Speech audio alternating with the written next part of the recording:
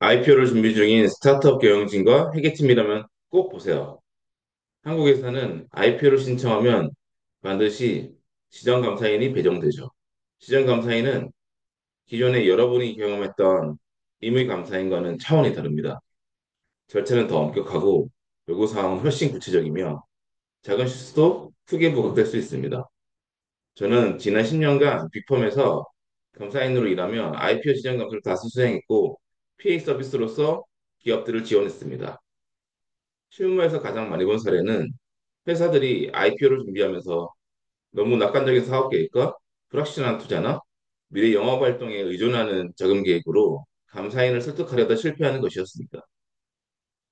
오늘은 이런 실수를 방지하고 IPO 회계 감사에서 감사인의 신뢰를 얻기 위해 반드시 알아야 할 꿀팁 5가지를 말씀드리겠습니다.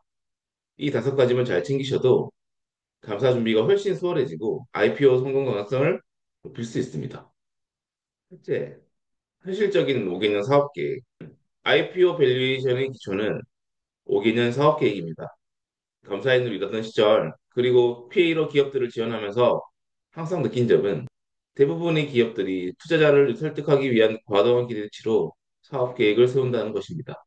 투자 유치를 위한 계획과 회계 감사를 수감하기 위한 계획은 완전히 다릅니다. 감사인은 지나치게 낙관적인 매출 추정이나 비현실적인 성장 전망을 신뢰하지 않습니다. 현재 파이프라인에 기반한 보수적인 계획을 세우는 것이 중요합니다. 2. 생존을 위한 1년 자금 계획. IPO를 준비하는 기업이라면 최소 1년간의 자금 계획이 필수적입니다. 제가 실무에서 가장 많이 본 실수는 몇 달 뒤 투자받을 것이라는 막연한 조달 계획으로 대응하는 경우입니다. 회사가 통제할 수 없는 조달은 감사인에게 절대 인정받을 수 없습니다. 1년 안에 만기가 들어오는 부채는 미리 연장하거나 상환 계획을 명확히 세우세요. 그리고 미래의 매출로 해결하겠다라는 식의 논리는 감사인 설득에 전혀 도움이 되지 않습니다. 3. 복합금융 상품과 전문가 협의. IPO 과정에서 전환사채나 상환전환 우선주 같은 복합금융 상품을 발행하는 경우가 매우 많습니다.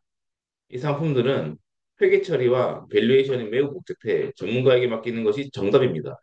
제가 감사인을 하면서도 많이 느꼈던 부분인데 피해를 담당하는 회계사들조차 실수를 저지르는 경우가 많습니다.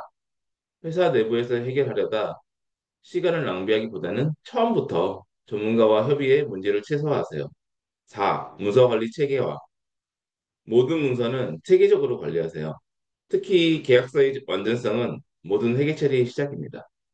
제가 감사인으로서 기업을 평가할 때 계약서와 내부 문서의 체계적인 관리 여부는 회사의 신뢰도를 크게 좌우했습니다. 특히 IFRS 컨버전이나 내부 송대 감사에서 문서 관리 체계가 제대로 갖춰 있지 않으면 감사인의 신뢰를 주기 어렵습니다. 계약서, 내부 문서, 기한을 리스트하고 일련번호 체계를 통해 완벽히 정리하세요. 5. KIFRS 경과 규정 활용. IPO 과정에서는 KIFRS로의 전환이 필수적입니다. 많은 회사들이 이 과정에서 KIFRS 최초 채택 기준서의 경과 규정을 제대로 활용하지 못합니다. 제가 경험한 바로는 경과 규정을 잘 활용하지 못하면 초기 전환 비용이 과도하게 높아지는 경우가 많았습니다. 이 경과 규정에는 기업에게 유리한 회계 처리 방법들도 포함되어 있습니다. 회계 담당자들은 반드시 PA 담당 회계사들에게 경과 규정 적용 체크리스트를 요청해 완전성 있는 컨버전을 진행하도록 주문하세요.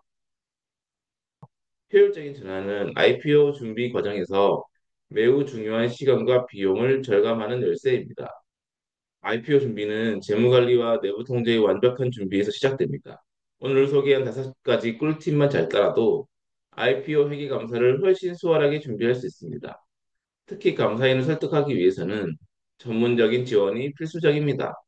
PA 서비스를 이용하면 감사인이 요구하는 세부 자료와 회계 이슈를 선제적으로 대응할 수 있어 기업이 직접 대응할 때보다 훨씬 효율적입니다. 더 많은 정보를 얻고 싶다면 구독과 좋아요, 그리고 알람 설정 부탁드립니다.